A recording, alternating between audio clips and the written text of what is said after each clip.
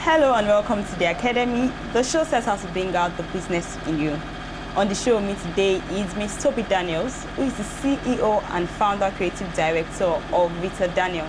Toby, it's great to have you on the show today. Thank you. Thanks All right, so could you tell us more about Rita Daniel? Okay, Rita Daniel is a fashion and makeup line, basically. We cater to both female, male, and children's clothing, basically. And yeah, we love fashion.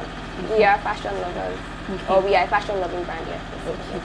All right, but now going over to when you started, what did it take bringing up the Rita Daniel, starting from the beginning, the initiation process? Wow. Okay, the initiation process was tough because I basically started with 0 naira, like literally. I just packed up like some materials that my mom had gotten me for maybe like one ashwebi or something, or I probably took from my sister or something, you know. And I put those things together, and I created like a little collection, basically. So that was how I started. Okay. Yeah. Look, okay, I know a little about what you've done. At least I know I've met you before this interview, but I find it very interesting that you've carved the niche for yourself in knowing that you really love drawing and doing the whole creative aspect. Yeah. But I'd like to know more about that. What does it entail? Because you realize that these days many people just say, okay, I'm into fashion designing, but they don't actually know which line they want to go into, and then you're able to say, okay, I know how to draw. I mean, in your collection here, it's really interesting. Yeah. But what does it entail going from drawing a design to the finished product? It's funny enough, yeah. A lot of people think that being a designer is as easy as it looks, but to be honest, it's one of the most mind-tasking things ever. Because the first thing, at least I know that I do on a normal daily basis before designing, is you sit down, you think and think and think. You can think for hours and hours endlessly. And then the next thing is you go on to maybe like fashion TV and stuff, and then you look through different designs, you know, you do a lot of research, you go through like past times, like going to the 60s, the 50s, the 40s, things like that actually help to inspire you, you know, bring out a particular collection that you want, or inspire you to bring out what you are or who you are as a designer. And then from there, you know, you sketch. You have to know how to draw, by the way. Okay, sketch. so you're going to be sketching for me. Definitely, yes, I'll do a thing or two. Okay. So yeah, then you sketch, you get your designs out by sketching, and then before you now decide to now, you know, get your materials and stuff. Some designers work with materials first before sketching. I personally work with designing first and then moving on to the materials, because I find it a lot easier. Working with materials for me is like, it's like hooking me onto something, so it doesn't get my design manpower, I would say, out. So yeah, that's where it starts from. Okay, but now looking at when you started, how long have you started? For how long have you been? It's going into about 6 years now. 6 years, wow. Wow, that's a whole lot. About 6 years now. That's a whole lot. But I know initially when you started, there must have been a plan, like a business plan development. Yes. Now, considering that, let's look at the team aspects of that. How did you go about collating a team that from idea to reality? What was it like bringing a team together? Bringing the team together, basically I started from myself, obviously. Having realized that, okay, fine, this is who I am, this is what I wanted to do, you know. I went on to looking for a particular tailor who would help me out, because obviously financially I didn't have that capability or that capacity to actually get to where I am today.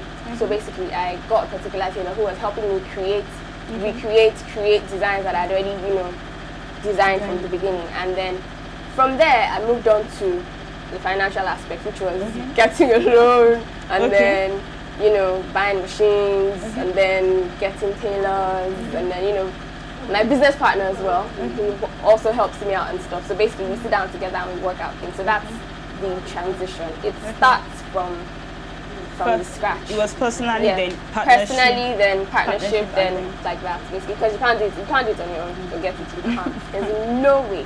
But Shirani, is it like you do the creatives and then she does what? Yeah, I do the creatives and then she comes in and then helps me out. Sometimes with the creatives, because sometimes I get stuck. I mean, I'm human. I would get stuck. So sometimes I'm like, okay, Sakina, which one do you think will work best with this? And she's like, okay, let's do it this way, let's do it that way, let's do it that way, you know. And then we work together and then brings out the best of what we can. That's interesting. Yeah. But you spoke about finances now. Yes. Both starting up. I mean, I think in fact what has been going on in Nigeria, many people say, okay, there's no job, and then I'm to start up a business. Okay, where should the funds come from? You spoke about collecting a loan. Yes. And then I know really the government has been trying to place some things in place by setting up funds. I think even the CBN gave out a loan for women in entrepreneurship. Yeah. But how was it like for you collecting a loan from a bank? And what bank too? I didn't go to a bank, by the way. Okay. It wasn't a bank loan. Okay. I took a loan. It was a personal loan I took. Okay. I took a loan from my mom because I mean she's so supportive of everything I do right from time. She's always supportive. So I was like, Mom, you know what? This is what I want to do. I gave her a business proposal. This is what I want to do. This is what I need to do. This is how much I need. Blah blah blah. And she's like, okay, fine. How much? When do you think you can pay up and stuff? And I gave her that time frame, and she was willing to loan me the money. Okay, so there was with interest, by the way. With interest, okay. But yeah. Okay, but are there any other ways you think a youth or someone that has an idea and wants to come about could actually say, okay, probably, okay, I can't collect from my mom or my family. They haven't financially stable enough. Where else could they actually? To be honest, Nigeria is not the best. Okay. The best, not in the best situation, not the best country to, you know, that they, I don't know how to explain it, but they really don't encourage young entrepreneurs to, you know, come up and be business like tycoons and stuff. But there are microfinance banks. Okay. There are banks, like you said, banking institutions. There's some banks that actually, you know, give that what's that word? That incentive to entrepreneurs to start up businesses. But I would say the best thing to do is just to start as little as possible. Because like I said when I started with no naira, as in 0 naira. I didn't have a dime, like literally, I didn't have a dime to start with. And that was, I just started, I had to just do something, you know. From there, you get referrals, you know, and you have to give a lot of free things, you know. You have to give, you have to give first. You have to give a lot. lot. For free. My dear, I have made free clothes. I can't even, I can't think about it, because when I think about it, I'm like, oh my days. And there are really constructed clothes that I had to give away, but you know, I did it for a good cause, and I mean, I am today. Okay. Taking it little by little. And then eventually. Yeah. But looking at in business plan, I know you also have to look at the environment, where to set up. Yes. What was your take on that?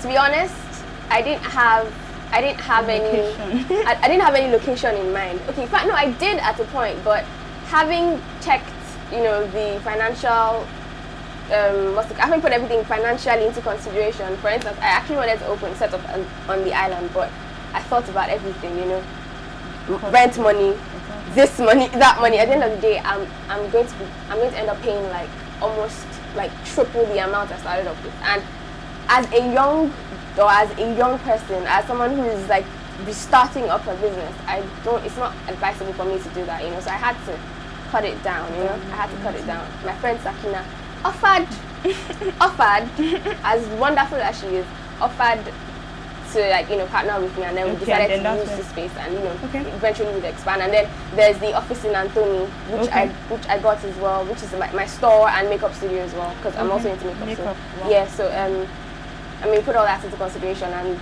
we looked at, you know, where, you know, visibility studies, how, you know, lucrative it is, you know, how, you know, what's that word called, the market rush, and yeah, Anthony is a good place as well as here. So I mean, that's it. Okay, now this is a question that I think many viewers will also want to know about. I know there have been misconceptions on, okay, what exactly work do you do as a fashion designer or as a tailor or as a seamstress?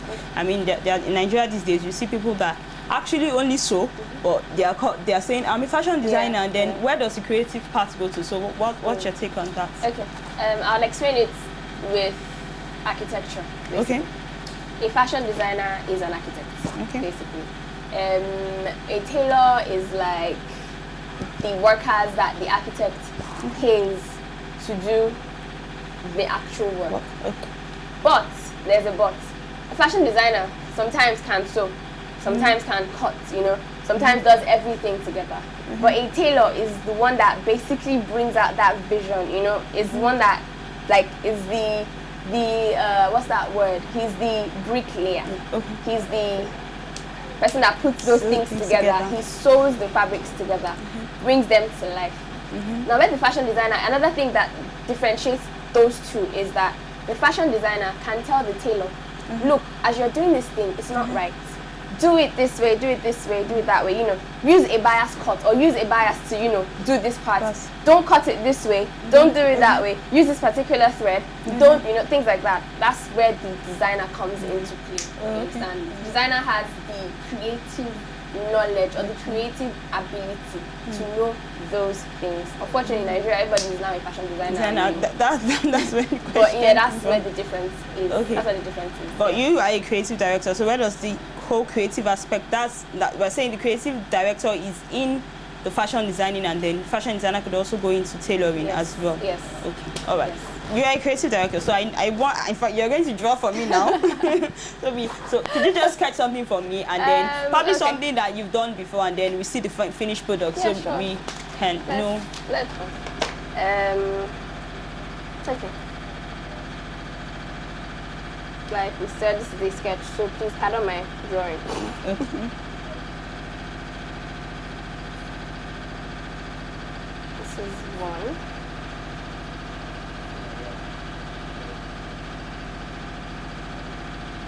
A zipper. Okay. It's very easy. That, you know, shows. So this way, at least my tailors, if I'm not around, my tailors will say, okay, fine, this is what exactly. It doesn't have to be perfect, you know, but okay. Yeah, and then where is the finished product of this? Yes, that one is this one. Okay, the gown. That's the gown. Is this one? Okay. And then that's the zipper part. Okay. And then you can see the slits.